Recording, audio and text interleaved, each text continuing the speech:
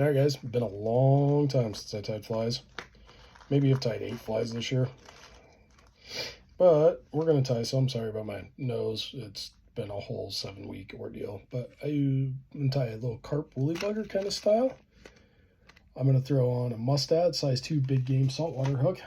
I like saltwater hooks. I don't know why. They just work. That's what I use. I do change that up when I fish trout, but typically carp get what they get. So nice and easy right there. I'm using UTC Black 140 standard, and then I just like to build a little thread dam up against that bead, hold it in place. So I'll cut my thread. Cool thing about this fly is it's for carp and it's a woolly bugger style, not actually a woolly bugger. So I really don't care what my thread wraps look like, but they do work. So yeah, I've probably only tied 8 flies in the last year. Trying to graduate school. I graduate in June. Yay me. Be hopefully fly fishing for either trout and possibly steelhead on the Deschutes because I'm graduating from Oregon State, or be going for shad on the Willamette. I've never fished shad, so I figured that'd be kind of fun. It's my graduation gift from my uncle. He is going with me. Hopefully I'll have my GoPro going. Hopefully we actually catch something. So I like catching different fish that I never catch, so shad was kind of a cool idea. It was either that or trying to find a float trip for salmon or steelhead, because I love salmon or steelhead. Okay, next I take a little bit of peacock herl.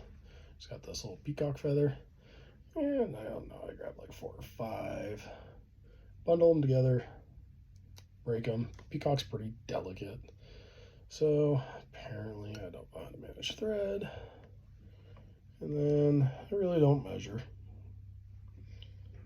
Close enough.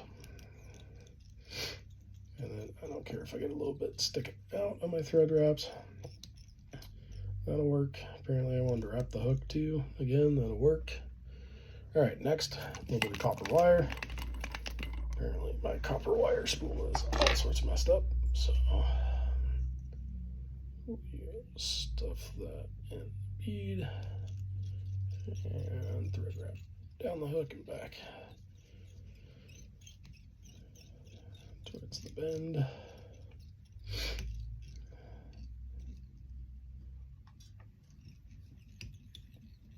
And then just a little bit of black and olive, or olive and black chenille, which honestly works everywhere. Apparently that's not the end I've been working with. There's the end I've been working with. This works for everything. Usually with bass I upsize it a little bit, but I have caught bass on these flies. And just not having enough time, I kind of took up bass fishing again, just because it does not seem to be as time consuming as fly fishing. And the river is only 15 minutes from my house, so that is an easy travel for me to take the boat down and fly fish for bass and carp. And I'd be out there today, but it is snowing, it is windy, and it is like 35 degrees. And I just don't feel like fishing in those conditions. But I did get off work a little bit early, got my homework done, yay me. So I figured I'd sit here and tie some flies, and figured I'd record it, because it's been a long time since I've done this. Alright, I like to wrap my chenille, and then kind of tie it off.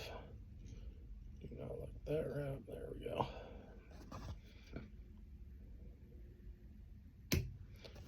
Alright, that is done. I took my handy little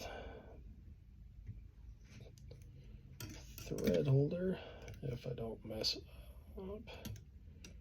Right there. Oh, that wants to twist off.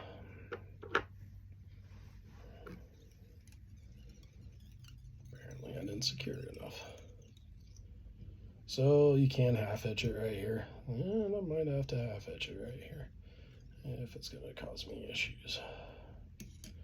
Might have wrapped a little too much thread right behind that bead. Yep, that's exactly exactly what's going to happen. All right. And this is why you watch professional fly tying videos and not me.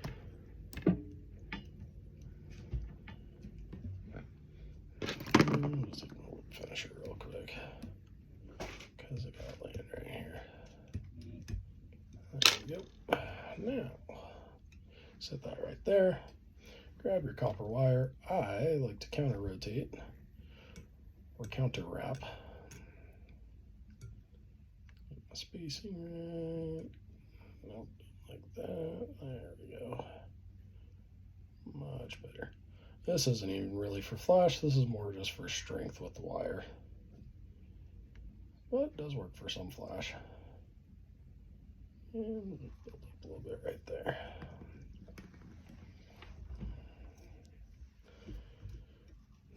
So I am not wrapping any kind of hackle on this, and not really for any particular reason other than I've never really felt like I've needed it for carp.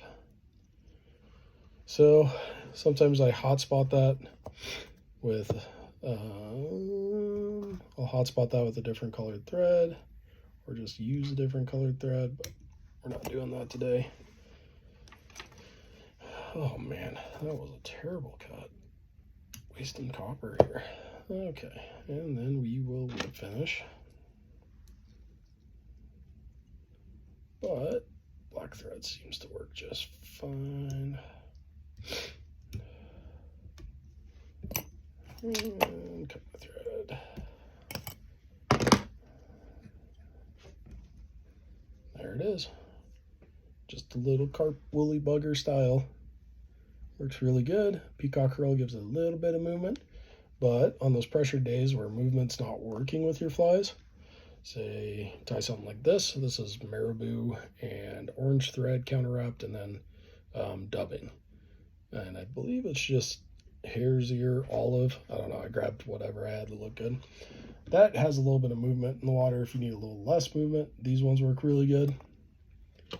And then here's another one I tied, and then another one I've tied. So this is another size 4 with an orange thread that is apparently already coming loose because I cannot find my whip finisher. I might have to fix that, but that's what it does.